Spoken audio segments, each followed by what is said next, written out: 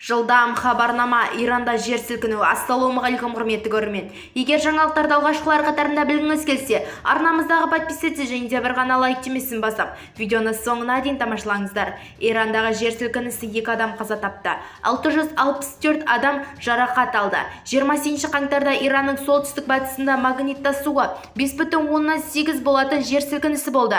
Иранның батыс Әзербайжан провинциясында Хой қаласындағы бір күн бұрын болған күші 5,8 балдық жер сілкінісі салдарынан алдын ала мәлімет бойынша 2 адам қаза тапты, 664 адам жарақат алған. Батыс Әзербайжан провинциясының губернаторы Сабық Мутемедиян зардап шеккен 16 адамның Сермас қаласындағы ауруханаға жеткізіліп, ауыр жарақат алған 20 адамның Хой қаласындағы ауруханаға жатқызылғанын, алатауына ота жасалғанын айтты. Бізді тамашалауды жалғастырыңыз және де бір ғана лайк түймесін басуды ұмытпаңыздар.